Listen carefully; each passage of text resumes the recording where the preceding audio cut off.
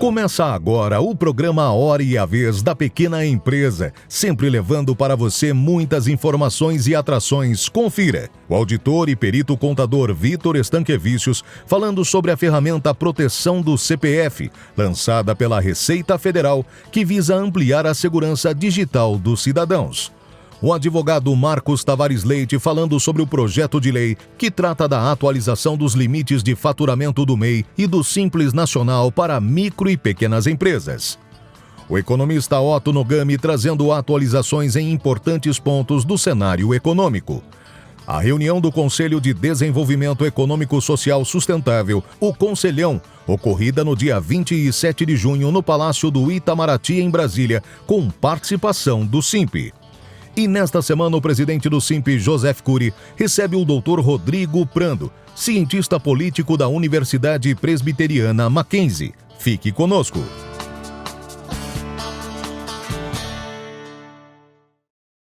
O Conselho de Desenvolvimento Econômico Social Sustentável, o Conselhão, se reuniu na manhã do dia 27 de junho com o presidente da República, Luiz Inácio Lula da Silva, com o vice-presidente Geraldo Alckmin e com os ministros Alexandre Padilha, Relações Internacionais, Fernando Haddad, da Fazenda, Marina Silva, Meio Ambiente, Mauro Vieira, Relações Internacionais e Margarete Menezes, Cultura, entre outros, para a apresentação de propostas de políticas públicas debatidas no âmbito do colegiado neste semestre.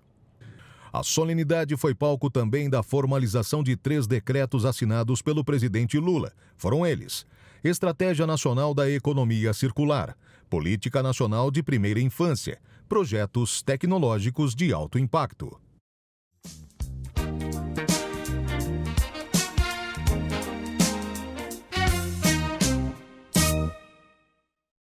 No dia 1º de julho, comemoramos os 30 anos do Plano Real, um plano que foi extremamente importante para a busca da estabilidade econômica do nosso país. Por que isso? Porque, principalmente quando nós consideramos a década de 70, quando foi o período do famoso milagre econômico, esse milagre econômico trouxe problemas seríssimos à nossa economia, principalmente no que diz respeito ao déficit fiscal.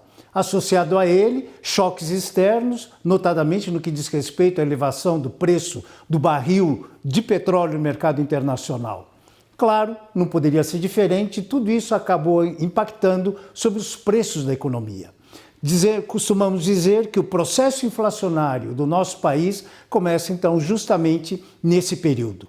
E aí, para contornar logo no início esses problemas, quando do governo José Sarney, foram editados 2 planos importantes, o Plano Cruzado 1 e o Plano Cruzado 2, que visaram o congelamento de preços da nossa economia. Claro, todo tipo de intervenção sobre essas relações de mercado acabam criando problemas maiores. Tanto é que o combate à inflação ela foi um tanto quanto que duvidoso. Para tentar contornar isso, veio o Plano Bresser e depois o Plano Verão, em 1989, 2 planos também objetivando o controle de preços, através de medidas de congelamento de preços. Aí veio o governo Collor de Mello.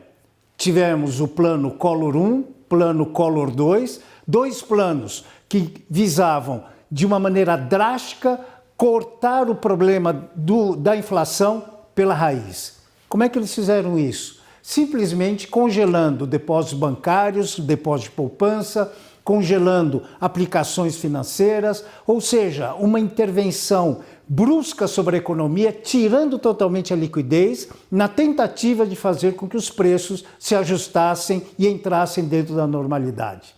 Claro que isso criou um clima de insatisfação muito grande, principalmente junto à população, associado a questões de natureza política que fizeram esse governo terminar prematuramente. E aí veio o governo Itamar, que durante o seu governo criou o chamado Plano de Estabilização Econômica. Plano de estabilização que criou uma unidade referencial de valor, chamada Unidade Real de Valor, que é exatamente um processo que antecedeu a implementação do Plano Real.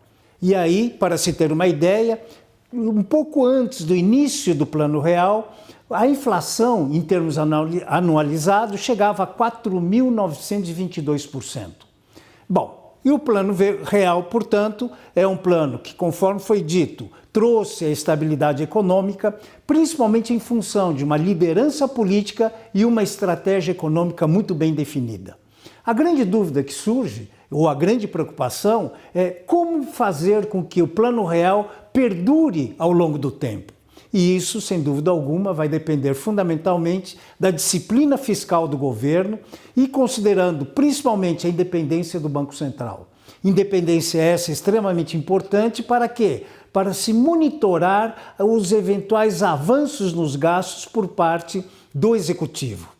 Um terceiro elemento importante são as reformas estruturais. E quando falamos de reformas estruturais, estamos falando fundamentalmente da reforma tributária, da reforma previdenciária e também da reforma administrativa.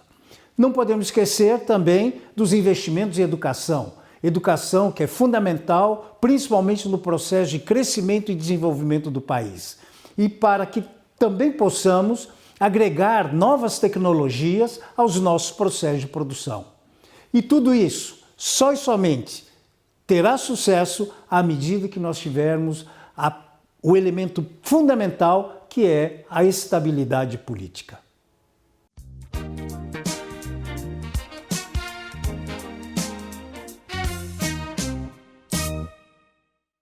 Fraudes e fraudes, de todos os tipos e tamanhos. Você, de certo, já deve ter recebido uma ligação telefônica de um número parecido com as centrais de bancos, informando através desta gravação que determinada operação bancária está sendo recusada pelo banco, houve um obstáculo qualquer e que determinado atendente desse pseudobanco quer falar consigo. Fraude.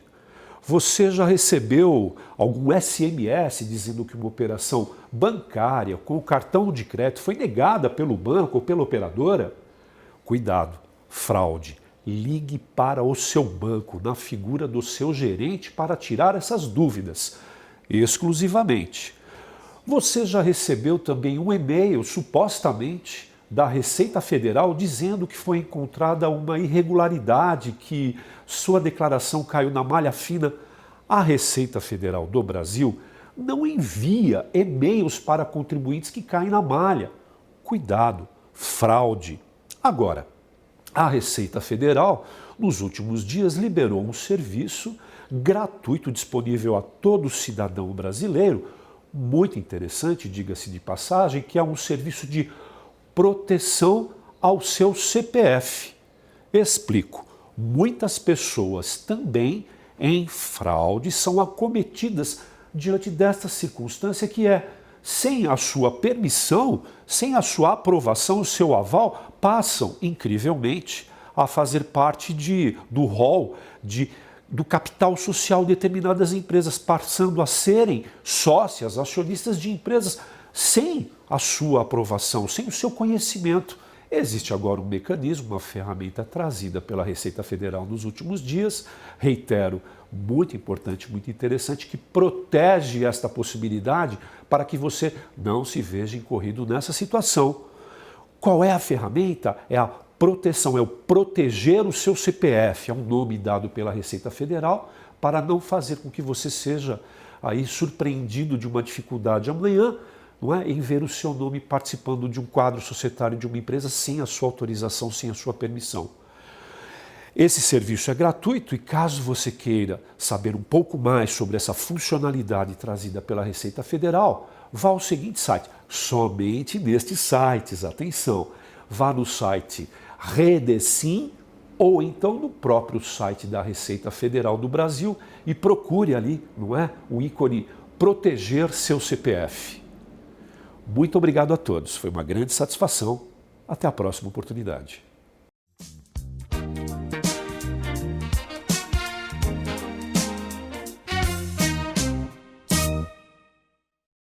Vamos voltar a falar do projeto de lei complementar 108 de 2021, que trata da atualização dos limites de faturamento do MEI e do Simples Nacional para micro e pequenas empresas. Esse projeto de lei, já aprovado no Senado Federal, aguarda desde 2022 ser pautado, ser colocado na ordem do dia na Câmara dos Deputados. Semanalmente há requerimentos para que seja incluído o projeto de lei para votação, que tramita com prioridade. Mas ainda assim falta a aprovação e a formalização dessa votação em plenário. O projeto de lei é fundamental para microempreendedores individuais, para micro e pequenas empresas optantes do Simples, pois ele elevaria o limite de faturamento em relação ao MEI dos atuais R$ 81 mil por ano para R$ 144.900. As microempresas de 360 mil para 869 mil reais. E em relação às empresas de pequeno porte, o limite de faturamento anual dos atuais R$ 4.800.000 para R$ 8.694.000. Em relação ao MEI ainda, autoriza a contratação de até 2 empregados pela CLT. Estamos falando, portanto, de ampliação da base de arrecadação, mais empresas pagando impostos, formalizadas, regulares, ampliação do mercado de trabalho, mais empregados formais podendo ser contratados pelo MEI. E isso, com certeza, vai gerar aumento de arrecadação também para os entes federativos, uma vez que amplia-se, mantém as empresas formais, todos estarão pagando, colaborando e se mantendo na formalidade. Esse é o trabalho que o Simp vai fazer e continua fazendo, faz todos os dias, na defesa da formalização da microempresa, da empresa do pequeno porte, do MEI, esses que são os maiores geradores de emprego e renda do país.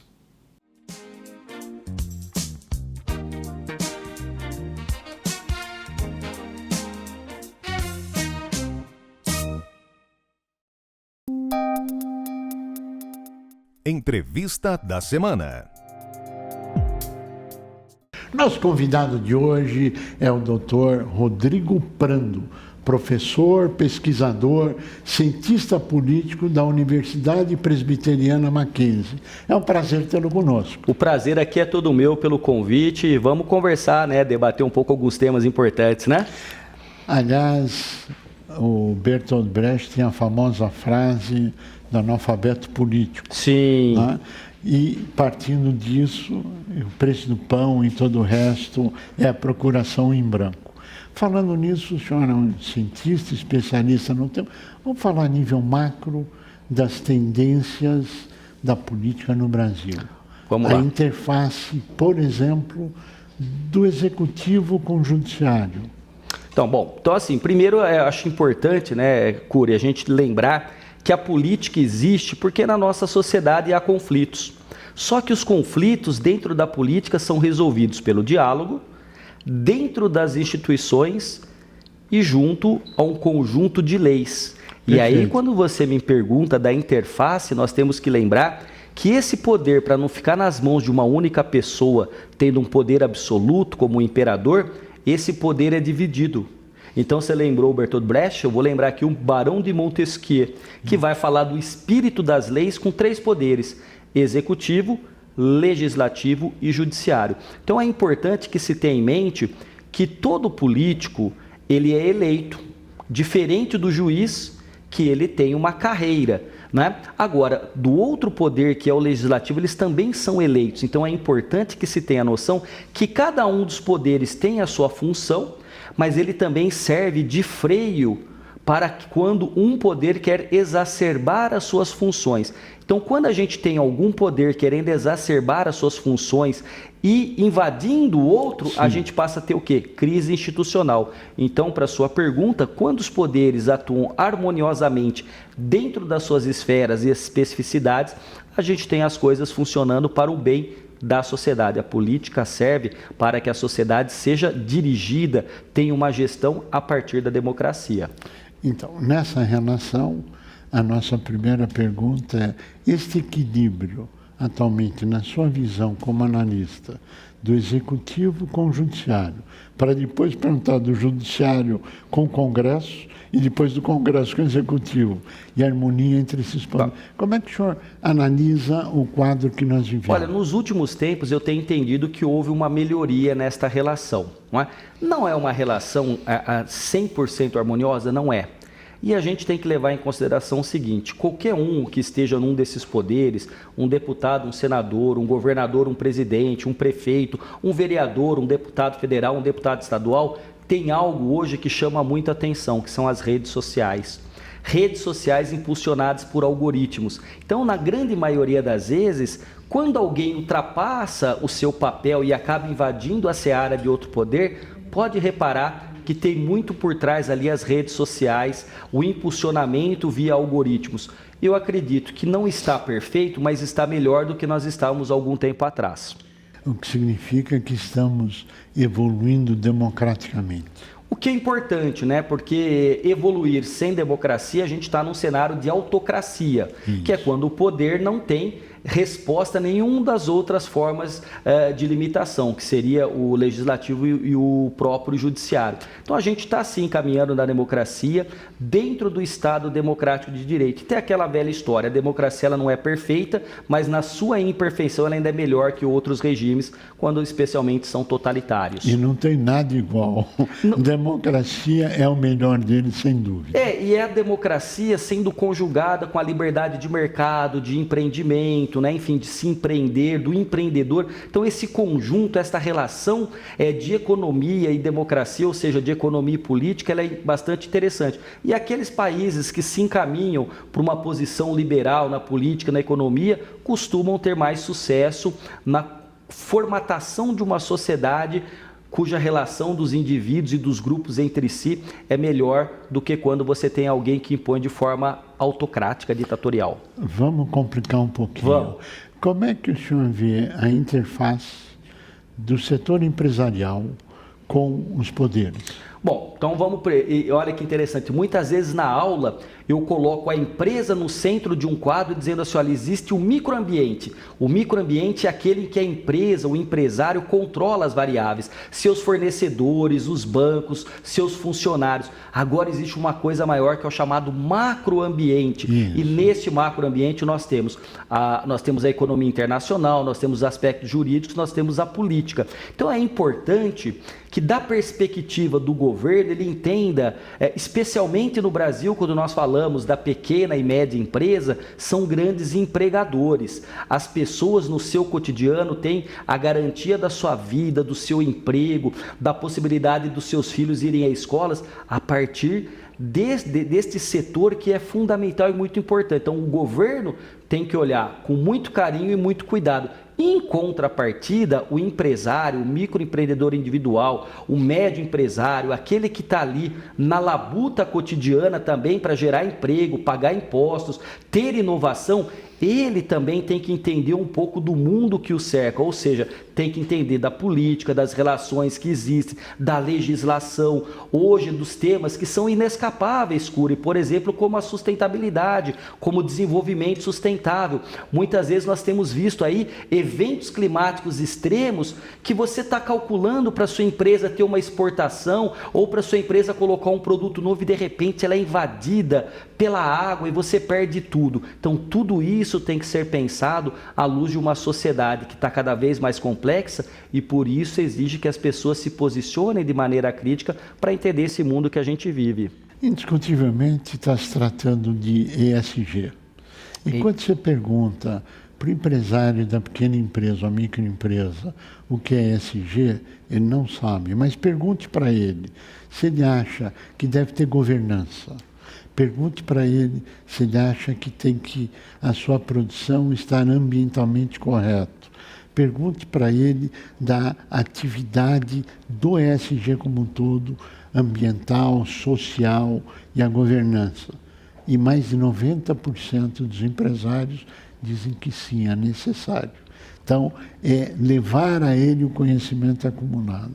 O outro pedaço é a nossa pesquisa Datafolha, que é nacional, que demonstra que as empresas no Brasil não estão preparadas para as crises climáticas, quer de excesso de temperatura, frio e assim por diante. Mas o objetivo da gente estar falando tudo isso é ter a sua análise nesse momento desse tema tão importante. Então, eu quero tratar de uma coisa que é muito importante, porque é o seguinte, você deve perceber isso e a nossa audiência aqui, que é muito qualificada também, que geralmente quando se fala do político e quando se vai falar de corrupção, todo mundo aponta o dedo para Brasília, como se político ficasse sendo criado numa estufa atrás do Palácio do Planalto do Congresso. O político, daquele democrata, comprometido, republicano e que tem propostas para o país, ele recebe o voto. Aquele que é o mais picareta e corrupto também recebe o voto. Então, quando a gente olha para a política, a gente tem que olhar para a sociedade. Quando a gente olha para o empresariado, este empresário é o indivíduo que está num grupo social, tem uma categoria, tem o seu sindicato, ele também faz parte dessa sociedade. Por que eu estou dizendo isso, Cury? Porque eu acho que não é apenas o empresário que não está preparado para lidar com o que vai acontecer lá e já está acontecendo no mundo. Eu acho que a nossa sociedade, o Brasil, não tem se preparado, até por uma questão da própria formação colonial que nós temos. Vamos lembrar o seguinte, Brasil é nome de mercadoria, pau-brasil. Então, na verdade, o nome do país é quase que algo para ser vendido.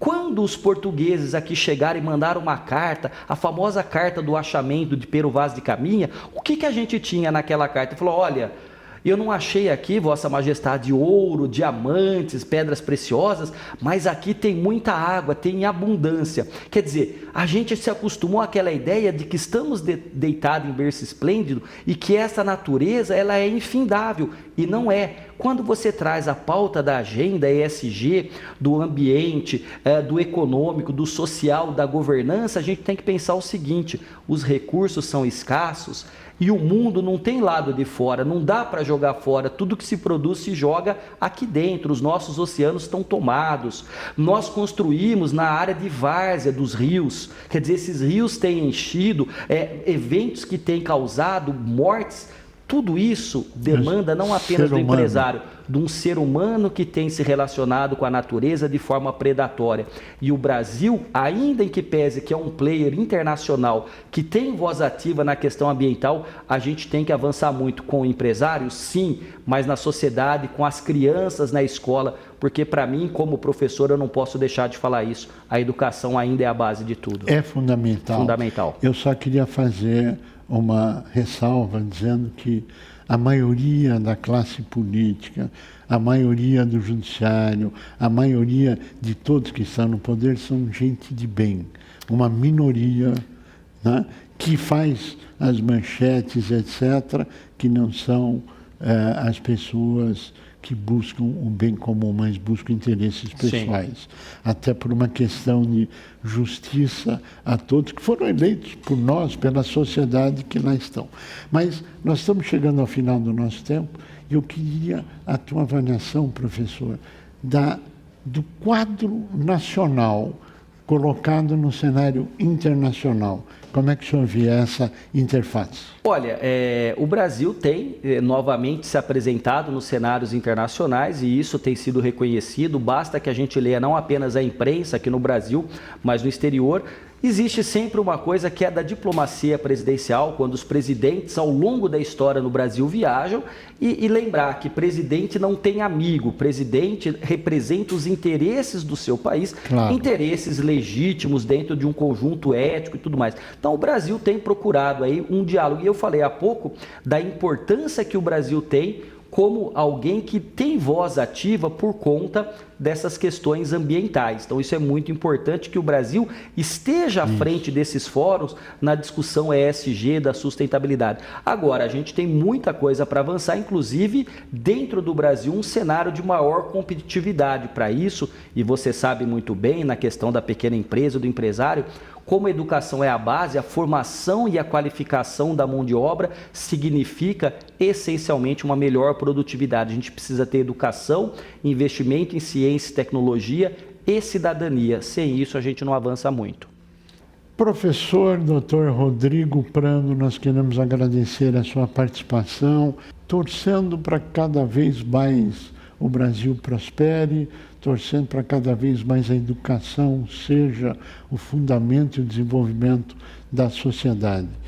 A você que esteve conosco, nosso mais profundo agradecimento, com a certeza que estaremos juntos na semana que vem. Até lá!